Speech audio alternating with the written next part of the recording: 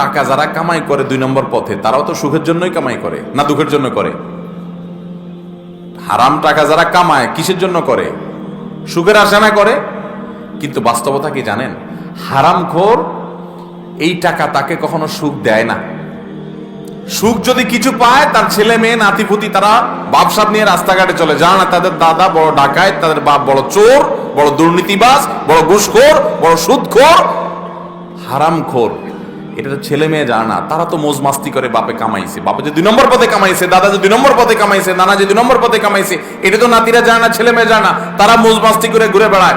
আর বুড়া নিজেরটা নিজে জানে, হায়রে এগুলো সব তো চোরাই টাকা, এগুলো সব তো 2 নম্বর টাকা। তার ভেতরে ত্রাস শুরু হয়ে যায়, অস্থিরতা। ওই যে মুরব্বীর কথা বলছি, উনি আমাকে বলছেন, হুজুর আমার কাছে তো ভালো লাগে না, আমি তো জানি এগুলো সব মানুষের রক্ত চোষা টাকা।